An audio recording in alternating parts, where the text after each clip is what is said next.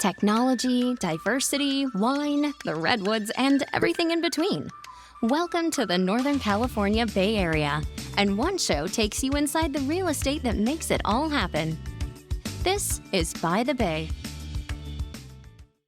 Hey, what's up, everyone? Dan and Chetta back with another episode of By the Bay. I'm your host. Thanks again for joining us on this weekly podcast. We're talking about issues that impact real estate in the San Francisco Bay Area. I'm really thrilled today to have a great guest and a good friend of mine, David Rabbitt, who is the Sonoma County 2nd District Supervisor, an elected official who, we vote for you and stuff, right?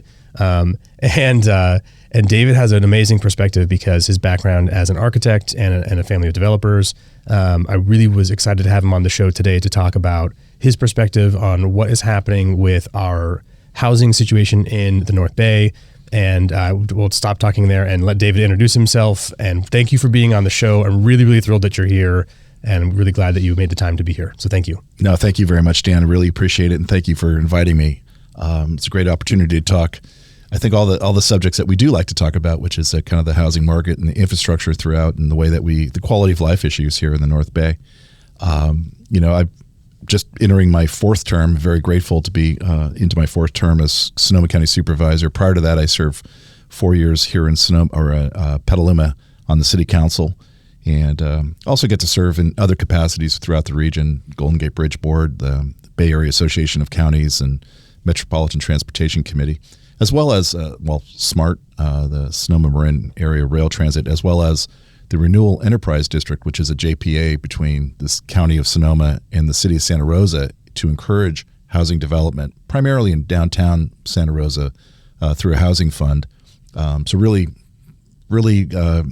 love my infrastructure, love making sure that we're moving these things forward and really trying to leave the place better for the next generation. It's really interesting because the infrastructure, transportation kind of network impacts our housing prices. And I think that Southern Sonoma County has really benefited from that because our proximity to San Francisco, probably being one of the last places that you can feasibly live and still commute to the city regularly 2, 3, 4, 5 times a week if you work there.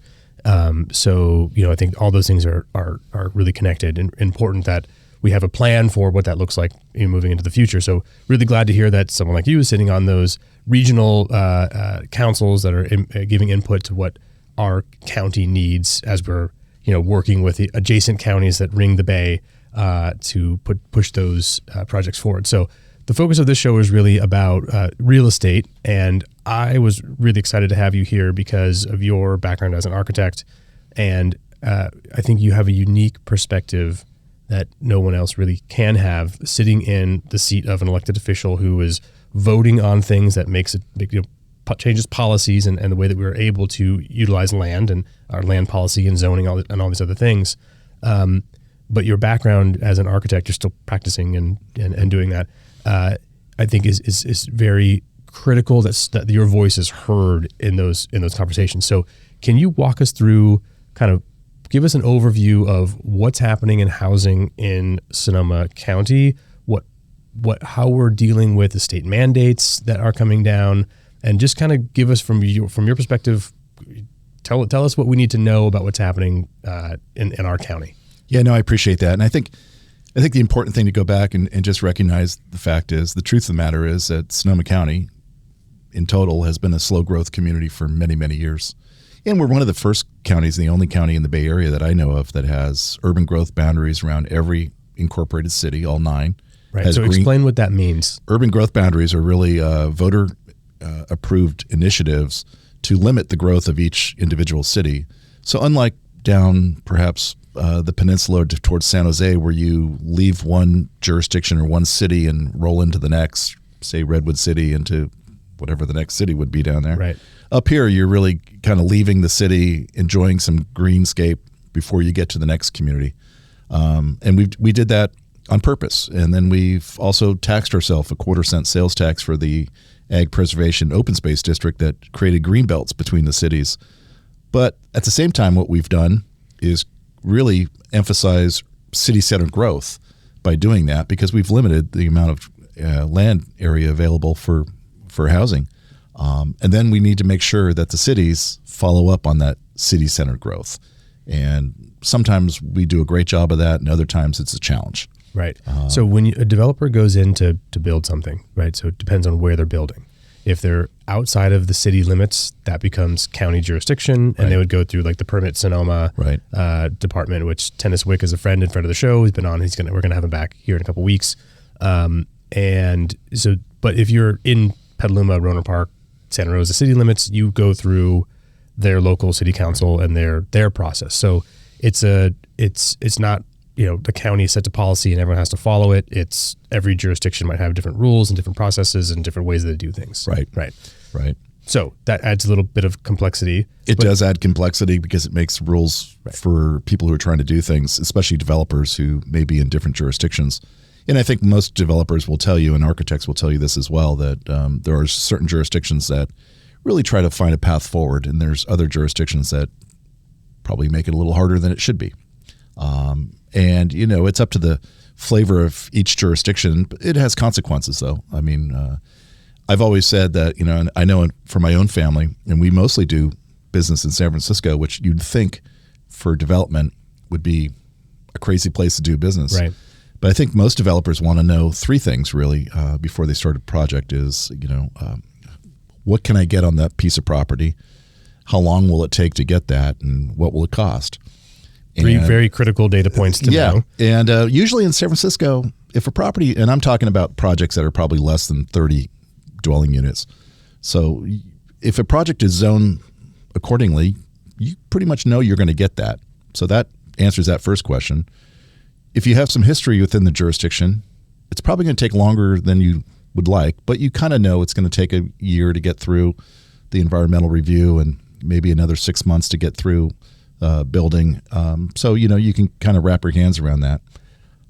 I think sometimes in suburbia, we can't answer any of those questions because we have such a range of zoning designations on properties of densities.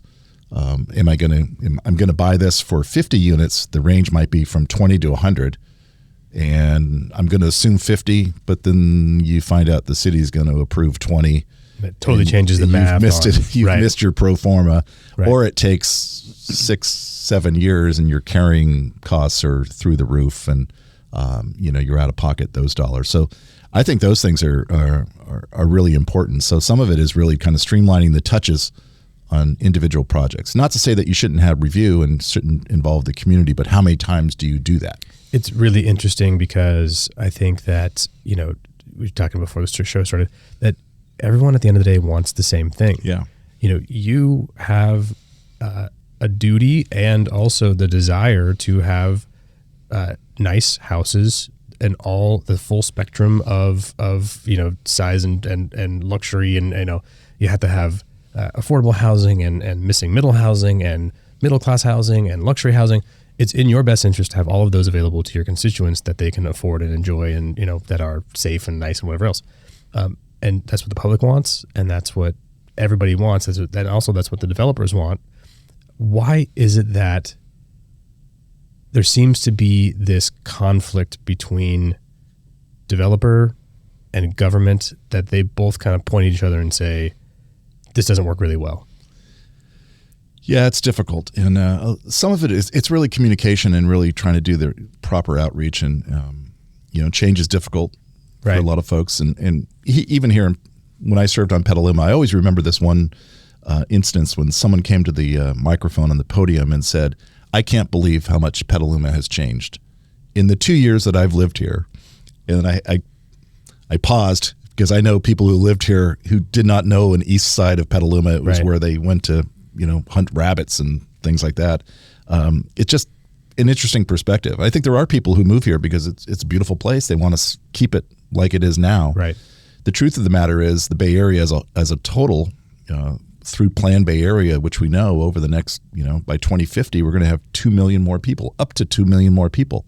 Where are they going to live? There's not enough housing today for the people who are here. But we need to accommodate. We need to at least plan for that. And through Plan Bay Area, which is really the blueprint of growth for the Bay Area, they truly concentrated the vast majority of the growth in the more populated city centers where it should be, in Oakland, San Jose, San Francisco.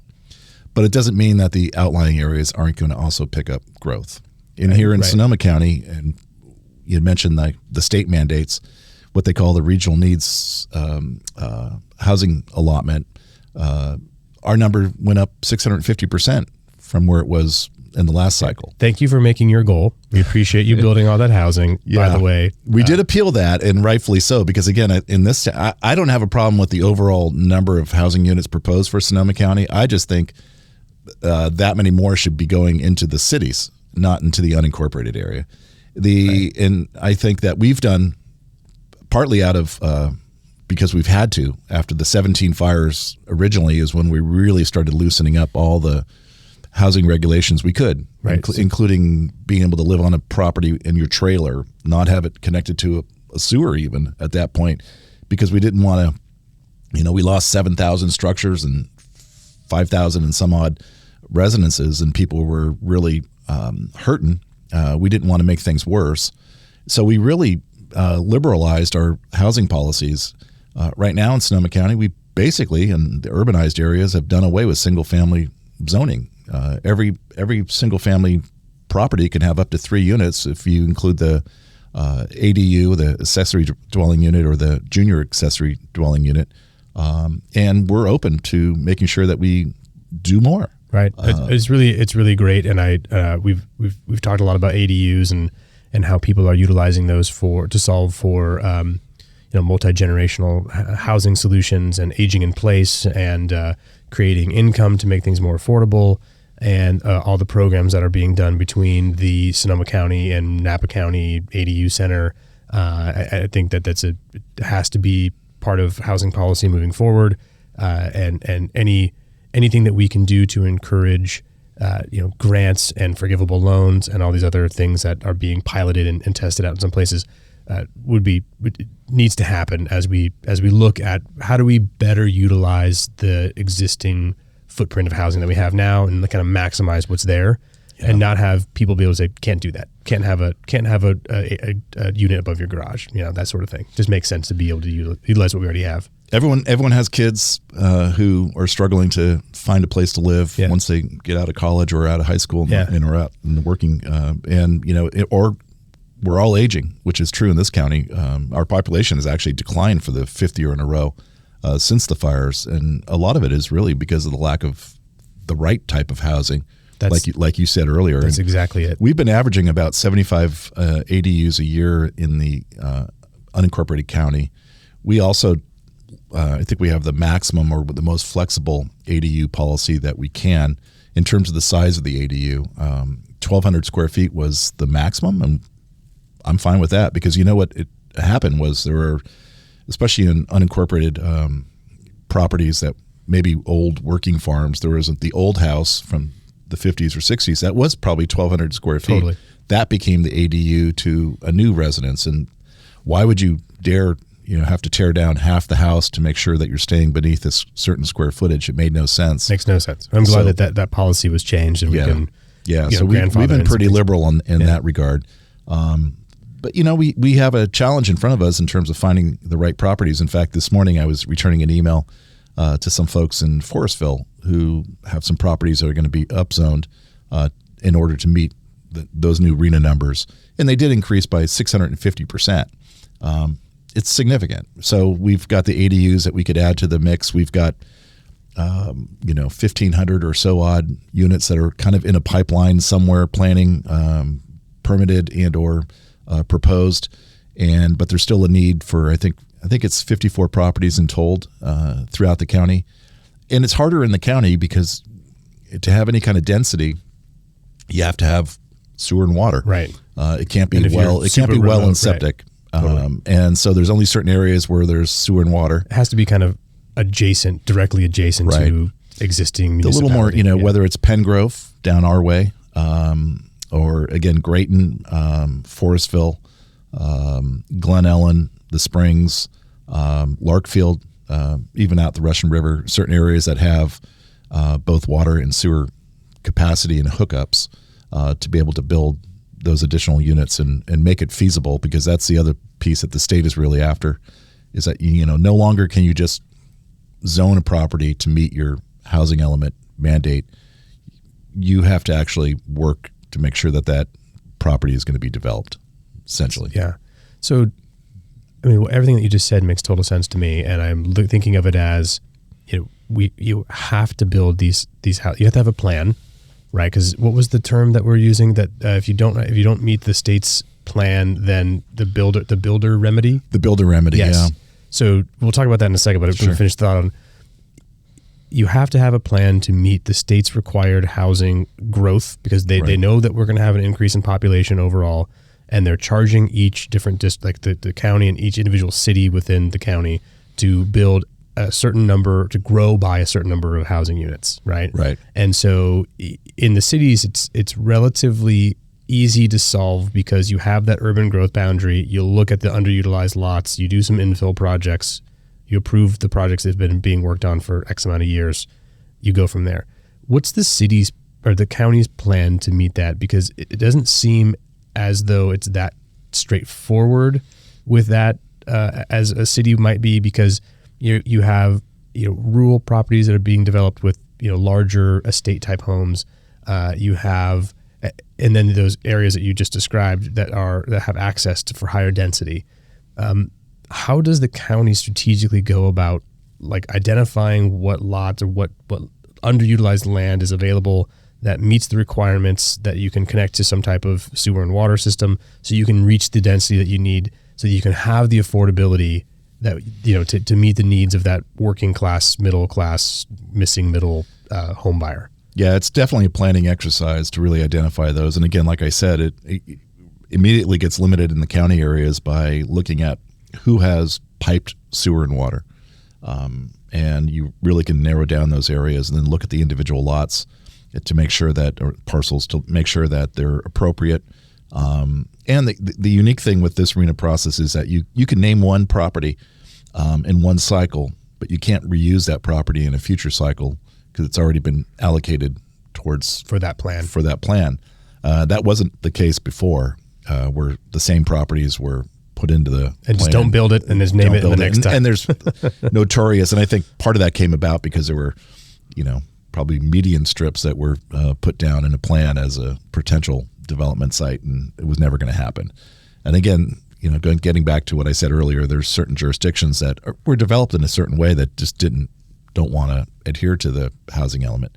And the housing element, as you know, Dan, came out, I think in 1969. It was really as a result of fair housing initiatives and redlining and all sorts of really bad things. And it's like, let's make sure that every jurisdiction builds for everyone within their community. And like you said, if we don't build for everyone within our community, we're going to force people to move further north or east and be commuting longer distances. Our infrastructure is going to pay the price. We're all going to pay the price in terms of quality of life, let alone the people who are having to commute that far. We already have a great amount of that right now. We can't force people to live where they work, but we could make much more opportunity. I do think that, in the last so many years, there's been a great movement towards different housing types. Right. Suburbia has changed, right? You don't see the building that much of the 3-car garage facing the street, usually smaller lot sizes, more vertical, closer together, certainly as you get closer into the urbanized centers. And I think that's where, people want to be. They just want to make sure that they can get themselves into a housing market and or into a rental situation that is much more secure. Right.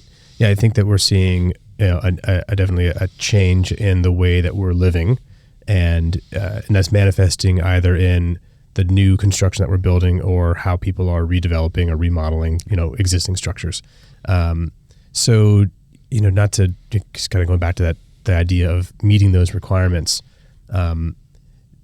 How does the county and the cities within the county work together? Like, so for example, so if you identify a parcel that is just outside of Petaluma city limits that's in the county, does the city allow you to tap into their water and sewer to build a project that's technically not theirs? Like, how does that work in general? I'm totally not familiar. There's some limitations that has to be within what they call the sphere of influence.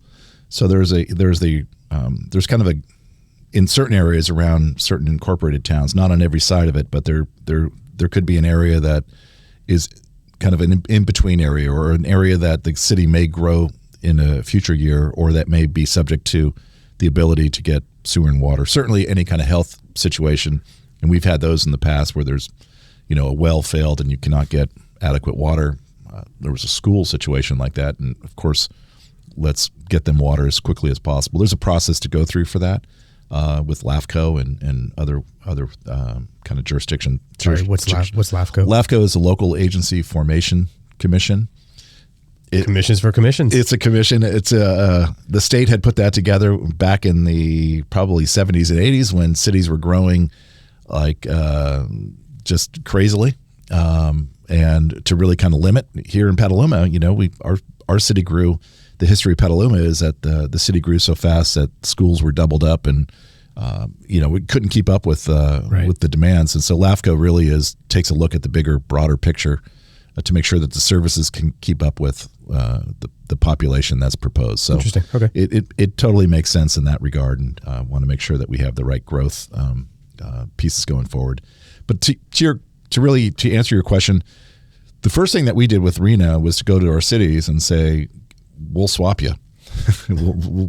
Some of this, and we've had some success in that even up in Cloverdale. There's a ASTI project. Okay. That now is we gave the city our RENA allocation, because again, from the RENA point of view, it's the total number for the county. Quite honestly, I'll probably paraphrase a little bit. The state doesn't care as much where you build it. You can allocate it differently, and I actually personally, I think that we should do what they call a sub-region, where the county is just given one total number, and then we all figure it out together. That makes a lot of sense, right? Who's got what in their pipeline? Yeah, we put that out there and asked our jurisdictions, and they didn't want to do that. Interesting. I think they will next time, because they didn't know how high the numbers were going to be. Got it. And again, ours went up 650%. Santa Rosa is interesting because if they follow through on their downtown specific plan, they could accommodate all their RENA growth within the downtown specific plan, which is a great luxury to have. And so every community is a little different, and then the methodology approach is different too, because you do it without knowing what the overall numbers are. So you come up with a methodology of assigning numbers without knowing the total number that you're going to assign. And they do that because the committee is, the committee is made up of folks who represent all these cities. Yeah. And they don't want you to constantly be looking at the bottom line for your jurisdiction, and that's too much. That's too, Got it. I wouldn't say anyone would say it's too little, but then it's just kind of put into the methodology or the algorithm, and it comes out, and here's your number. Here's your number. Now go meet it. You could appeal it, and we did appeal it in Sonoma County, because we thought that it would be too tough to meet, because again, we're limited by those areas that have sewer and water, and even within those areas, we have 7 sanitation districts or zones within the unincorporated county. Some of those, Occidental, for instance, is hauling their waste. It's collected, it's hauled to the next, because it's very expensive, because there's fewer, Well, then adds to the cost of development if you have to add on some type of impact fees, and systems need to be upgraded, and digesters need to be modified to take on different types of waste and all sorts of other things. And that's way too technical for this conversation. But because it's an interesting conversation. So you hit these snags, and then you wonder why it costs so much before you even turn a shovel. Why the fees have to be what they are to do a development project, because it's not just the time for the plan checker and the jurisdiction to meet and go through environmental reviews and all these other things, but you're also putting money into long-term funds to upgrade all this infrastructure. Right? Yeah, so the whole thing, and I am sometimes a vocal critic of fees and fees in general, but development impact fees were really a result of post Prop 13. Prior to Prop 13, there really weren't development impact fees. Usually a home was built in a community, the property taxes were shared in such a way that the city services were covered. Right. Then it obviously Prop 13 limited the overall property tax. Right. So Prop 13, everyone should know this, but Prop 13 means that 1977, 78, something like that. Yeah. It limited the overall property tax essentially on to, what is it, 1%, and then it goes up by a certain percentage overall. Yeah, but based off of your purchase price, it doesn't get reassessed every year based off the value, like other states. Other states, like your property taxes are not fixed. Essentially, in California, they're relatively fixed. They can, when a new proposition is passed and Measure M or M 2.0, whatever it is passed, and there's a new or sunsetting parcel taxes, then it can change, but it's not variable, like based off of the value of your current today's value of your home. One of the consequences of that, though, really became that building a home in the city became the city lost money. There was no incentive for the city to build more homes. There's incentives for cities to go after sales tax, and cities love, for instance, auto malls because there's big sales tax on big purchases of cars, for instance. Hotels, there's transient occupancy tax, or TOT, and that could be very profitable for the cities. But for individual homes, I was told years and years ago here in Petaluma that a home had to be valued over, at that time it was $1 million, but that's probably 15 years ago. So inflate that to today's dollars, it would have to be that much in order for the city to receive a fair share to pay for the city's bills. So you can see that, and development impact fees are not cheap, and there are more and more of them, and that puts. But those wind up that's basically using to subsidize the lack of revenue that's being generated. It's supposed to be, in theory, it's supposed to be that new house buying into the infrastructure that everyone has already paid for. I think what's true is that some of those older homes never really quite paid that same amount going forward. And at the end of the day, I guarantee, Kansas cannot charge $80,000 a door for development impact fees. It just, the math doesn't work. But here in California, it just gets shoved into the overall cost. But it's significant. But jurisdictions have total control over that, so they can lower that, they can waive that. Wasn't there a time that we were waiving a bunch of fees? Like post-fire, weren't a bunch of fees kind of waived, and there's we did accommodations that were being made? We did, and you have to be careful because you need to be fair and equitable to all, and you need to make sure that you're not showing certain preferences, and that could be discriminatory. So you just have to be careful in how you do it, but you do have the ability to control those fees. And there's a really interesting study out of the Turner Center for Housing out at UC Berkeley that looked at development impact fees. One thing is true, and I will put the challenge out to anyone, is try to find out, just have a hypothetical size of a home, try to go through a website or call a city or county, to be fair, and try to determine what the ultimate development impact fee would be. It's really difficult.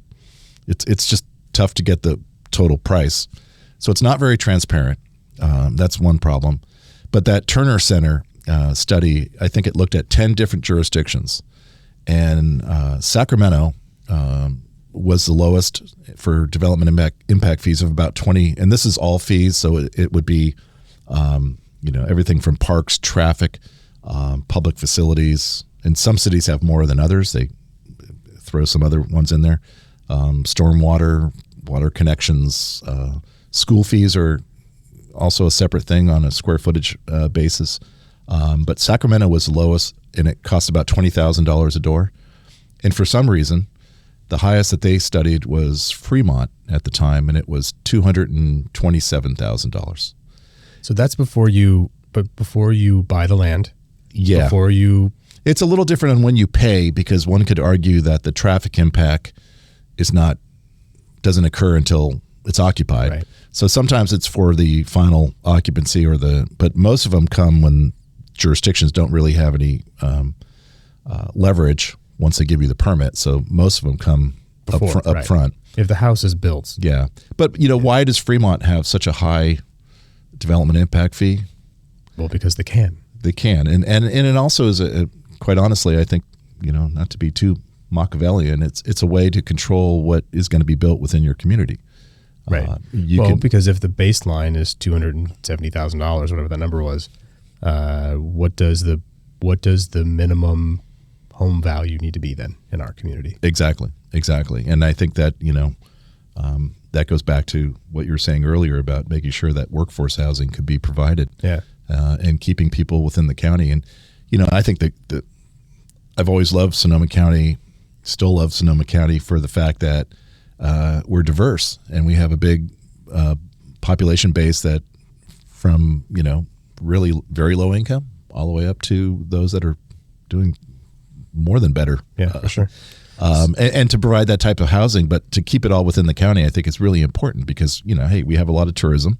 So that's going to be a workforce that can afford, my son's a firefighter and he wants to be able to afford a house and he's limited on where he could live. And God knows we need firefighters around here and we use them all the time. But, it's just a challenge. And I think that really the quality of life issues, always revolve around housing. We have a homeless emergency in Sonoma County, and one could really say it's a housing emergency. It's directly related. I believe that. I think the number one issue facing our county is housing. Right. And it has to be solved, and it has to be solved by smart people who put their heads together and find solutions that address all of the different levels of housing and make sure that we're building housing that represents our population. Not everything can be a 5,000 square foot mansion. That doesn't meet everyone's needs, unfortunately. Right. And so, I think it's a discussion to continue.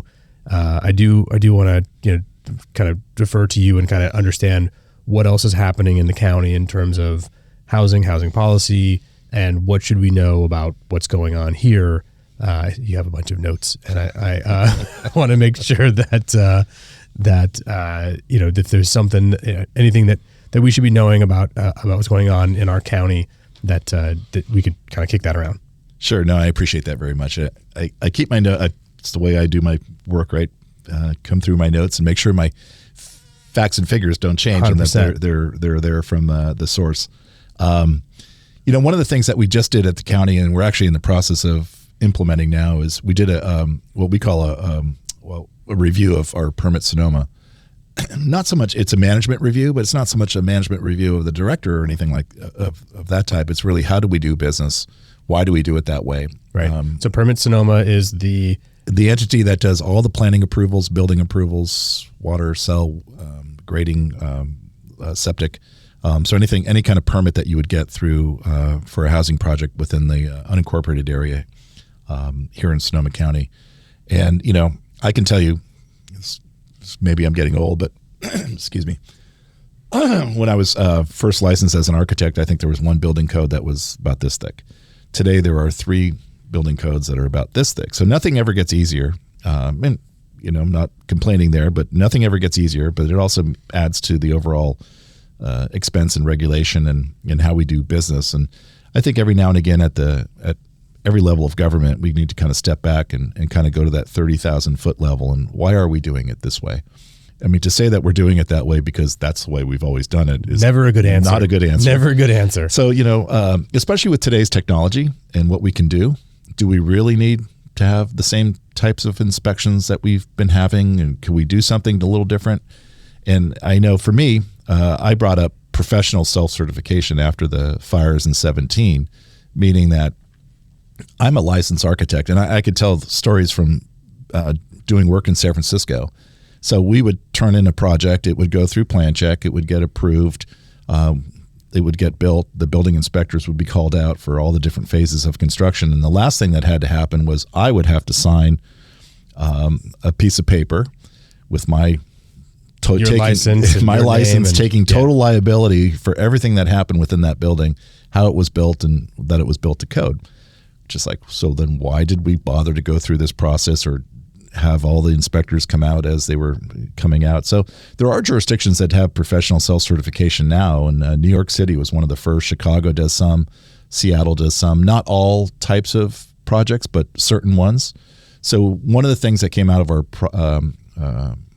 review was that using professional self-certification in a pilot program way, and maybe starting off with a grading permit. Civil engineers, it also, from a professional standpoint, those that are drawing something or putting their license on it versus those that are reviewing it, the amount of time the review takes versus the amount of time that it actually took to put it together in the first place, and the value added, which I think, there's incredible value added in terms of our building codes. I'm on the State Seismic Safety Commission as well, so very conscious of, seismic codes and whatnot, and see the effects that happen elsewhere.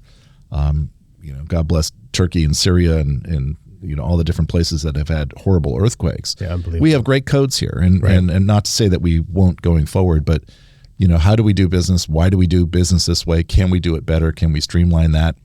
Can we really focus on those things that are the ultimate, most important things for fire life safety, and then somehow get that streamlined into a place where we're not being another regulatory burden? And I will say this too, and I'm not sure if our Permit Sonoma director mentioned it.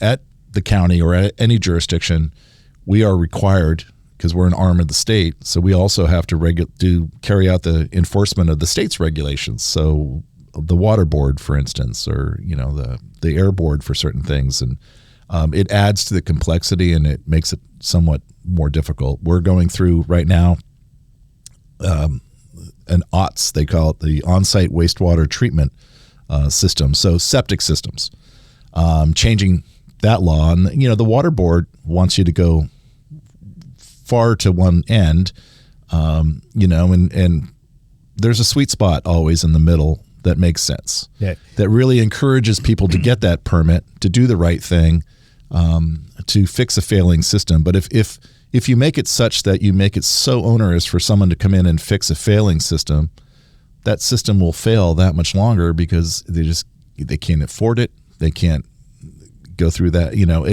Just making sure we're doing those kind of things that keep people, encourage people to step up and get those permits. Especially here where we have a very unique water situation that's very unique in the state and very unique. And it takes a real high level of understanding and expertise and people who know the intricacies of the way the Russian River watershed works and how we are extracting water from that, and the storage issue and all the other stuff that goes into it. So it's not something that the state can really look down and say, do it this way. And there has to be some local people who are being able to interpret that and say, hey, this policy doesn't work for us here, and here's why. And I'm sure there's an appeal process and other ways to work through these things. But I think that the way that you guys have redone the Permit Sonoma department, I'm a huge fan of Tennis Wick, so obviously him being at the helm is great, but also making his umbrella really large to encapsulate so many different parts of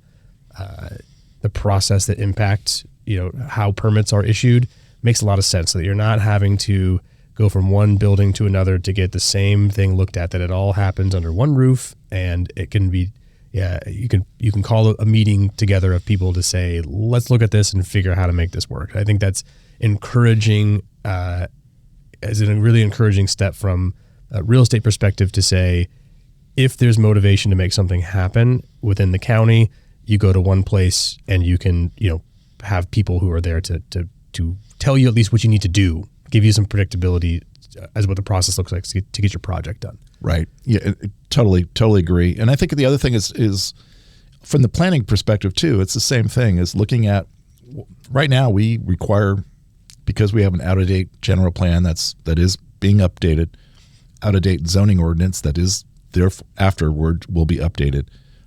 We ask for a lot of conditional use permits because it always kind of falls in a crack. Those are expensive. Those take way too long. And we need to really make sure that So give us some education on that. So general plan means that this is how we are agreeing to utilize this land. This is what's right. allowed. The general plan is always kind of referred to as the constitution of growth within any community. So every city or county will have a general plan. It'll have a land use element within that. It'll have other elements as well. And that's why the housing element, which is updated more frequently than the general plan. General plans are updated probably now between 20 and 30 years. It used to be 20, but they're creeping a little longer. There's an environmental impact report that's done with the general plan, so you're covered on the CEQA side of things. And the general plan should be, as the term implies, kind of general in nature. And then from that, you have a zoning ordinance that really dictates what individual properties can be zoned for. And there's different ways to do zoning ordinances as well. Cities could have more flexibility in terms of whether or not they follow the old models or do a form-based zone. But it goes down, and there's also specific plans for certain areas. We had one with the Sonoma Developmental Center, a unique circumstance. There's area plans as well. Pengrove has an area plan, really kind of looking at the historic nature of different things, and you could add some, some additional direction that you'd like to see in that, and really clarity for anyone coming in. At the end of the day, with the zoning ordinance, there are uses on lands that are permitted. There are uses on lands that are prohibited. And then there's the in-between, which uses that can be conditional, that you want to look at to make sure that they're not causing any undue burden. On a one-off basis to make sure that... But we do have a lot of those right now. Right. That could be, quite honestly, could be most of them probably could be permitted. Some of them perhaps may be prohibited. I'll give you an example. Some years ago, unincorporated area, a dairy wanted to put in a creamery. They not only wanted to produce, the milk on site, they wanted to start making cheese. It was a conditional use permit. Why? In Marin County, it was a permitted use. In Sonoma County, where we have agriculture right there on our seal, we were requiring a conditional use. We changed that. That's not, there's no different effect for the property, the surrounding areas, the impacts. It's much the same. And so, that's an example of making sure that you're, not micromanaging to the extent that you're just increasing people's, cost of doing business, but really making sure that you're working with them to. Yeah, that makes a lot of sense to evaluate what's the risk and what are we trying to prevent to happen, and how real is that risk, and makes a lot of sense. Exactly. Okay, so talking about, we kind of got off track. So then it goes into like a zoning. So what you can actually do there, how many units per acre, how many this is per that, right? And then the general plan will be a little broader. Yeah. Talk about medium density versus light density. And then the zoning ordinance will start really maybe have subcategories and to really kind of hone in. I think it's important. And again, like I said earlier, I think, again, anyone who wants to build anything just wants to, what can I do? And have some clarity. And the sooner you can get clarity on that, the better, instead of trying to go down a path. Because many times what happens, and I think, it's unfortunate, people get led down this path thinking they're going to achieve this certain outcome that they envision, but obviously they're not on the same page as what the local jurisdiction has in mind. Or, a neighborhood came up in uproar and it's going to change that. I think it's just really, and some of that goes to making sure that you do enough outreach. If you're going to be building in a sensitive area, it behooves you to get out there and start talking to people about what it is that you're proposing and making sure that you understand. Yeah, I think that the reality is that no matter how much of that you should do that a bunch, but the reality is that no matter how much outreach you do, there's always going to be people who oppose the project and think that it's going to ruin the town, and that happens on every single project, and it's just to be expected. I don't want to discount those people because a lot of times they add valuable input that alter the course of a project and help it become better. I appreciate those people, and there's definitely due course that we need to go through to digest that stuff. But the reality is that we need more housing, and it has to happen because of all these things that we've laid out. It has to happen mostly in our existing cities within those urban growth boundaries, and then to the extent that it can in the county where in those very few areas that it can be supported by existing infrastructure. Unless we want to be taxed and build some more, pop up a new town with a new septic and water treatment plant and all the other stuff. No, you're absolutely right. I mean, and I think that we cannot be hypocrites about it, because at the same time, like we said with homelessness, especially in this last couple years with a real focus on issues of equity, and just making sure that we're providing for all. Right. Because, if I have mine, but I don't want anyone else to come near me, that's not really being fair and equitable. Yeah. And it's, at the end of the day, that's that NIMBY type of approach. I'm all for understanding if there's some specific, something that can happen with a project to make it more palatable for a neighborhood without necessarily making it more expensive, prohibitively expensive perhaps, or delaying it, but really trying to make sure that people can work together. And I think you said it best, is a lot of it is just communication with folks about, hey, we are going to grow. We should plan for that. This is an area that's going to have growth. Yeah. And doing it in a really, you'd be sitting on the smart board as you did. Let's build high density housing right next door to the train station so that people can utilize that investment that we've built. The train has no purpose if people don't use it. Exactly. Right. And huge proponent of that, and was so glad to get the East Side Station here. Yeah. What's the update on that? It's under design. Okay. So this is funded. So for the listener, Smart Train runs from Larkspur to Santa Rosa Airport. And that's the current. It's going to expand from there. And in Petaluma, where we both live, there's a downtown station now that's the kind of historic train station that's there. And there's a second station on the east side that was proposed because it makes a lot of sense to have a station on the east side where it has parking and has a housing element there. And I'm actually lost on where that actually stands. So give us the update on that. This might be old news for some people, but I've lost track. So in Petaluma, if you're familiar, it's on the corner of McDowell and Corona. Okay. And it is under design right now. It's fully, the funds are there. Directly across from the post office. Directly across from the post office, Got it. Right. And that piece of property is slated to have an affordable housing development on it. And I know that he is in for an award of funds to kickstart that project and get it going. Hopefully that happens soon. But like you said, we have downtown Smart Station as well, and we have a couple of empty blocks right there, Copeland area that need units. They do. And it's interesting because there's a downtown Petaluma specific plan or a stationary plan there as well. And there is one project block that has an approved. They have an approval, but they haven't built anything. And they've had that approval for, I believe, a couple of years now. Obviously, today, with rates where they are, it's probably less likely that it would start soon. But rates were damn low not that long ago. And if they hadn't started then, I just believe that one would have to look at that and say, why? Was it because what was required in the specific plan made the project not pencil out? And I would think that's where you end up if you really looked at that closely. So I think it's important, people, and this is my bias as a son of a developer, and I'm first generation, so it's not like it was a long. My father was a carpenter, a laborer, became a carpenter, then became a general contractor, and developed projects on his own. As you know, it's hit and miss.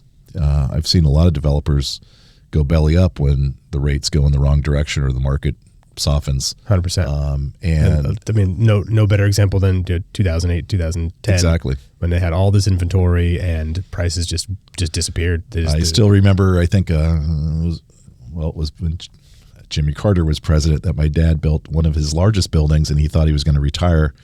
And interest rates at that time were double digits. And I think he was happy to just not make any money for 2 years. And it's just the way it is. But so the cyclical nature of real estate shouldn't prohibit the development that we need, because like we said, this area will grow as we move forward.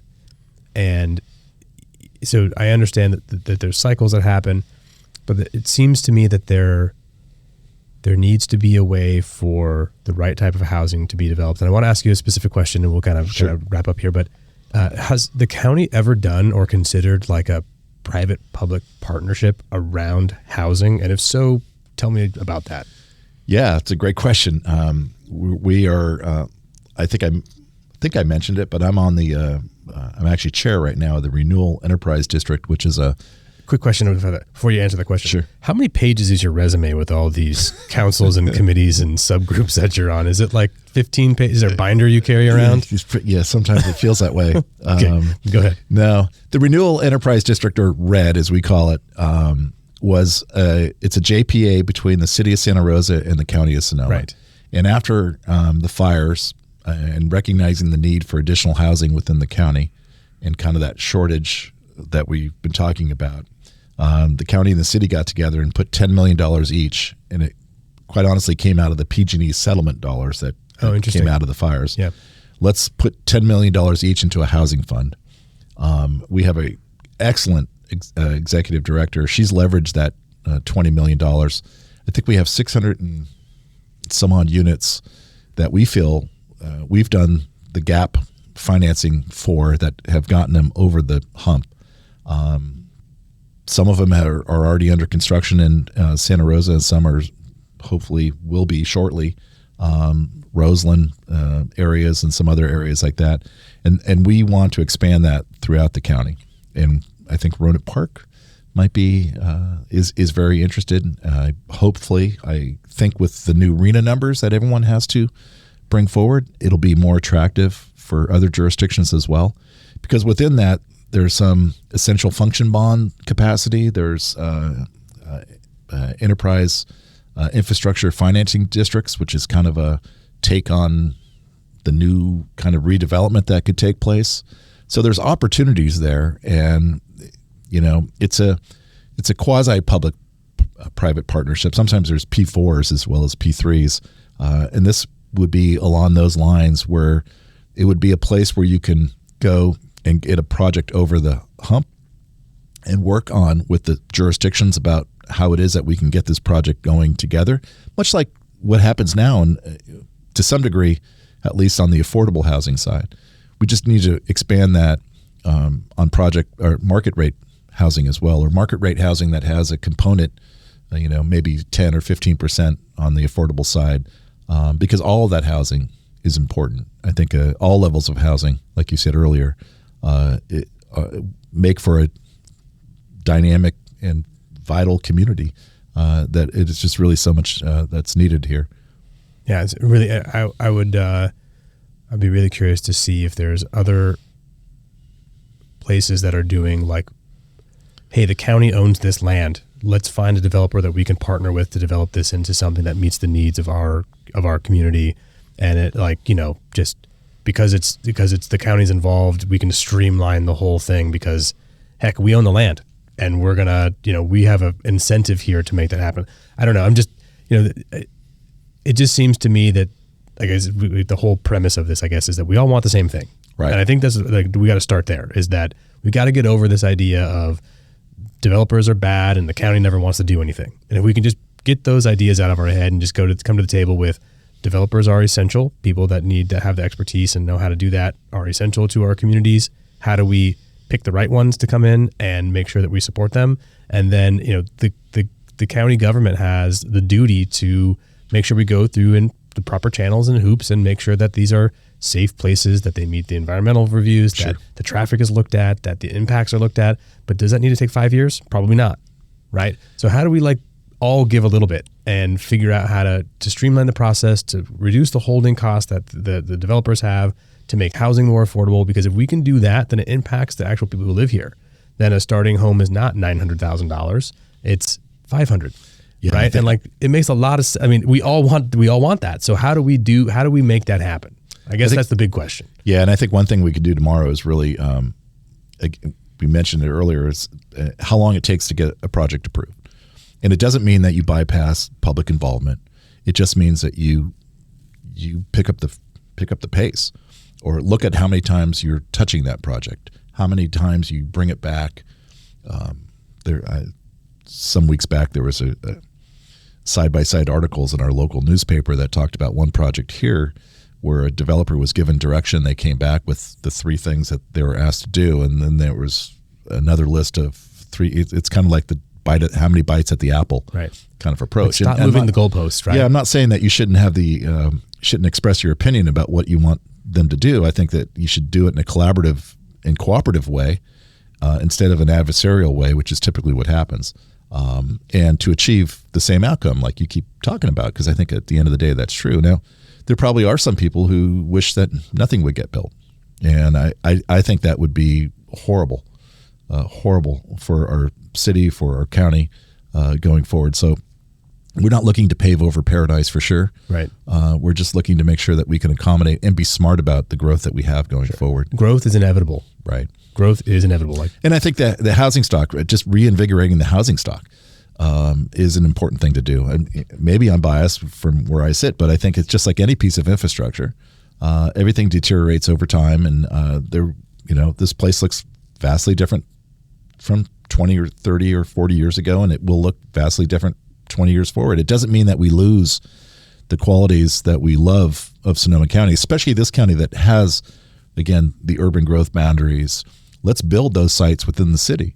That's where the pressure needs to be put, because if you don't build them within the city, they're going to spread out and into the sprawl that everyone is trying to avoid.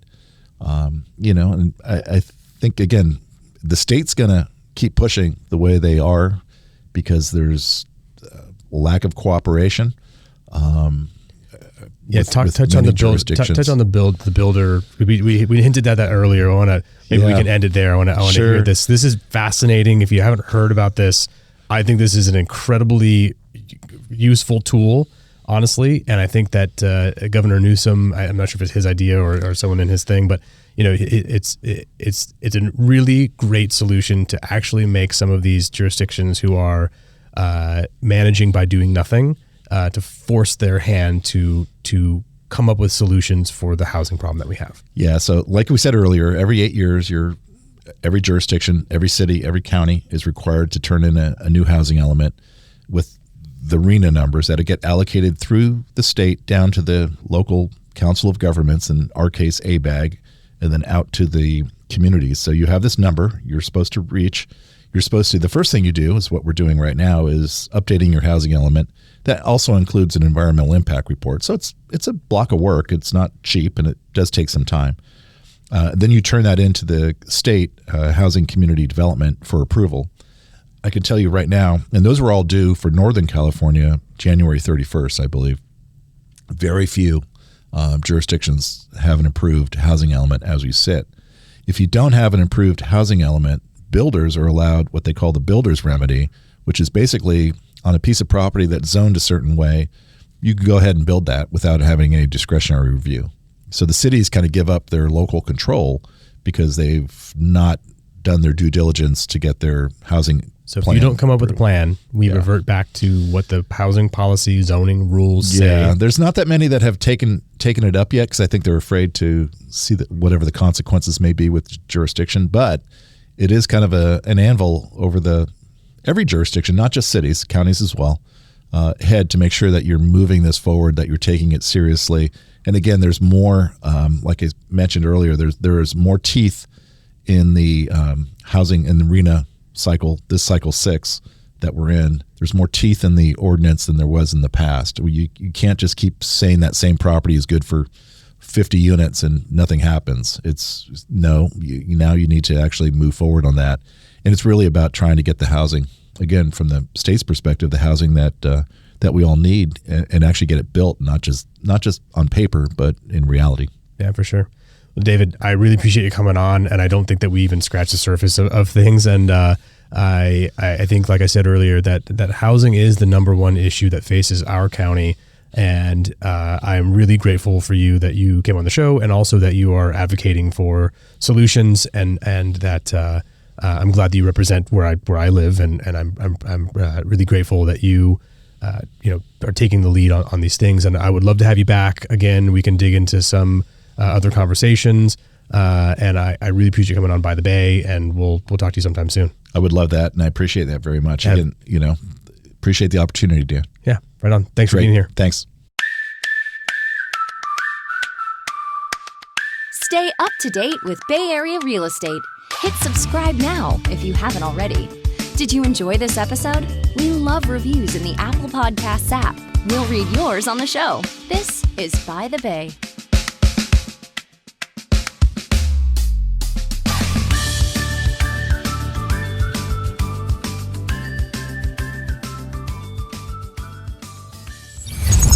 Lend an Ear Media.